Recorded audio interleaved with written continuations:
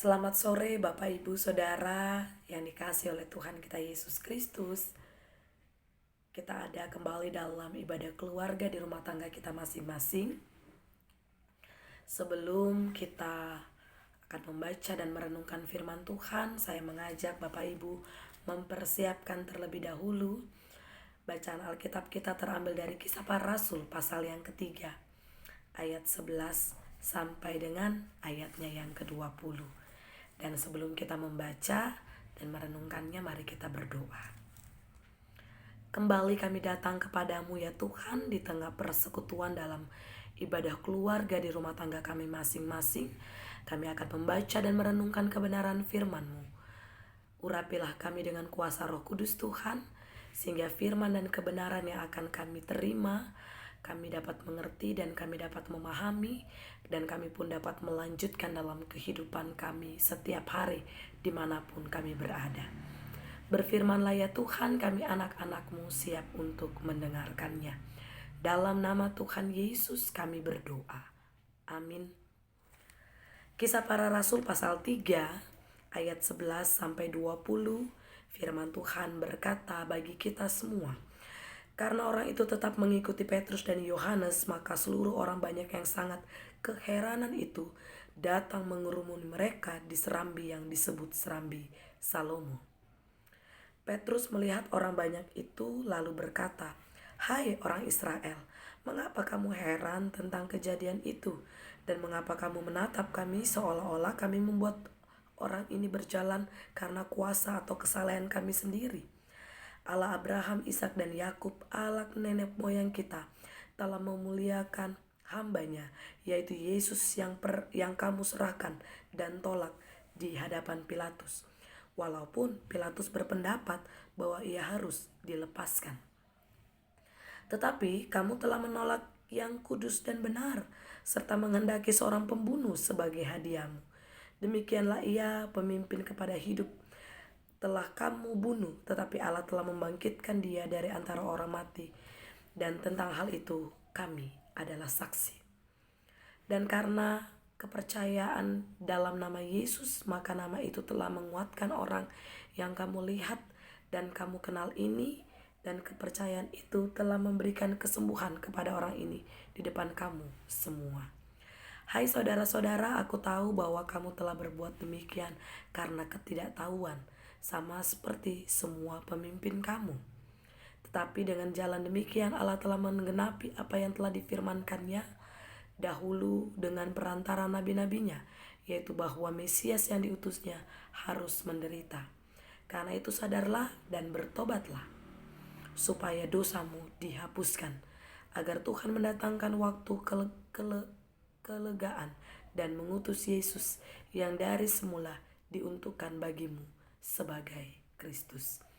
Demikian pembacaan Alkitab. Terpujilah Kristus. Haleluya. Bapak Ibu Saudara yang diberkati oleh Tuhan kita Yesus Kristus, pembacaan Alkitab kita pada sore hari ini sesungguhnya masih merupakan lanjutan dari pembacaan kita pada hari Minggu kemarin, di mana ketika para murid-murid telah menerima kuasa Roh Kudus Tuhan dan mereka diminta untuk melanjutkan visi misi pekabaran Injil, akhirnya mereka pun dikuatkan dalam kuasa Roh Kudus Tuhan dan memberitakan Injil. Dan ternyata pada pasal yang ketiga kita melihat bahwa ada perkara besar yang dilakukan oleh para murid, yaitu mereka menyembuhkan seorang yang lumpuh.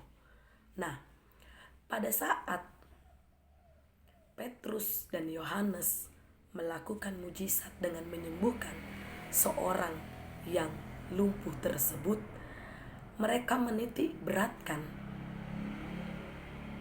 pemberitaan mereka itu dengan dan atas nama Yesus. Nah, itu sebenarnya kita bisa baca pada pasal yang ketiga ayat yang ke-6. Petrus berkata, emas dan perak tidak ada padaku, tetapi apa yang kupunyai kuberikan kepadamu. Demi nama Yesus Kristus orang Nazaret itu, berjalanlah.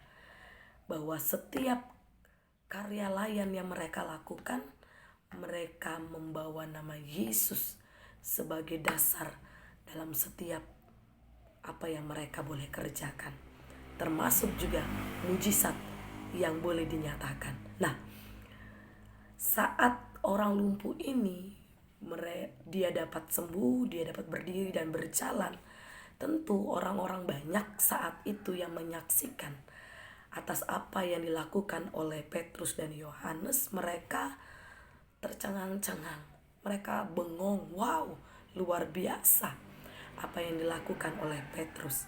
Dan dengan itu mereka kemudian mengikuti kemana Petrus dan Yohanes pergi, karena mereka ingin tahu, kepo, apa yang akan dilakukan berikutnya oleh Petrus dan Yohanes ini. Nah, karena Petrus dan Yohanes melihat orang-orang itu tetap mengikuti mereka, Petrus dan Yohanes pun memakai kesempatan ini untuk semakin menyuarakan tentang nama Yesus Kristus.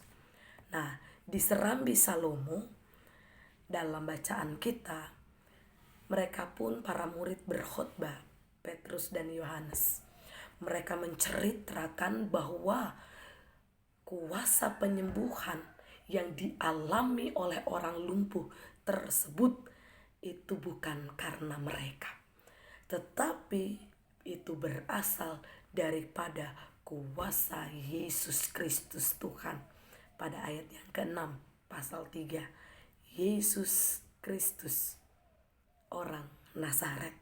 Nah, di kesempatan ini Petrus juga menjelaskan siapa sih itu Yesus. Dia mengatakan bahwa Yesus itu adalah hamba Allah. Dialah yang benar dan kudus. Dialah pemimpin kepada yang hidup. Dan dialah Mesias yang dijanjikan Allah melalui para nabi. Selanjutnya Petrus kemudian membuktikan bahwa Yesus Kristus yang telah kalian serahkan itu telah bangkit dari kematian. Nah, bukti kebangkitan Yesus adalah mujizat yang terjadi oleh karena namanya. Akhirnya di sini Petrus menegaskan agar mereka sungguh bertobat dan agar mereka mau membuka diri untuk menerima Yesus Kristus sebagai Tuhan dan Juru Selamat mereka. Bapak, Ibu, Saudara yang dikasihi oleh Tuhan kita Yesus Kristus, dari kebenaran firman Tuhan saat ini, kita mau diajak bersama bahwa kita saat ini adalah anak-anaknya yang sudah percaya akan kuasa, sudah percaya tentang kebangkitan Yesus Kristus yang boleh menang melawan maut. Dan sekarang kita yang adalah anak-anaknya diminta juga untuk kemudian melanjutkan visi misi pekabaran Injil untuk menjadi alat di tangan Tuhan. Kita diminta juga dalam setiap kata, setiap pemikiran, setiap tindakan boleh menghadirkan Yesus Kristus sebagai Tuhan dan Juru Selamat, sehingga setiap hal yang kita lakukan sungguh kita lakukan dengan mengarahkan diri hanya kepada Dia. Nah, sekarang Bapak, Ibu, Saudara yang dikasihi oleh Tuhan, kita diminta bersama saat ini. Mari, berilah dirimu menjadi alat Tuhan, menjadi saksi-saksinya. Caranya seperti apa? Mungkin tidak perlu kita harus berdiri berkhotbah di pinggir jalan. Tidak perlu kita kemudian harus teriak-teriak. Tapi dengan kita menjadi orang yang mau memberi diri, menolong sesama kita. Menolong sesama kita yang sedang kesusahan, menolong sesama kita yang sedang berbeban berat, menolong sesama kita dengan mendoakan mereka agar mereka kembali dikuatkan ketika mereka sedang merasa risau, gelisah, galau dalam hati mereka. Kita ada memberikan kekuatan sehingga mereka boleh mengalami kelegaan dengan cara-cara yang sederhana. Kita juga bisa dipakai Tuhan untuk menjadi saksi-saksinya dengan cara-cara sederhana. Kita bisa dipakai Tuhan untuk menyatakan kasih dan kuasa Tuhan kepada banyak orang. Nah, sekarang menjadi pertanyaannya, maukah kita memberi diri menjadi alatnya Tuhan? Maukah kita memberi diri menjadi saksi-saksinya? Nah, saat ini Bapak Ibu Saudara masih dalam minggu Pentakosta. Biarlah kuasa Roh Kudus Tuhan yang telah dicurahkan akan terus mengobarkan semangat dalam diri kita bahwa kita ini adalah gereja. Kita ini adalah anak-anaknya.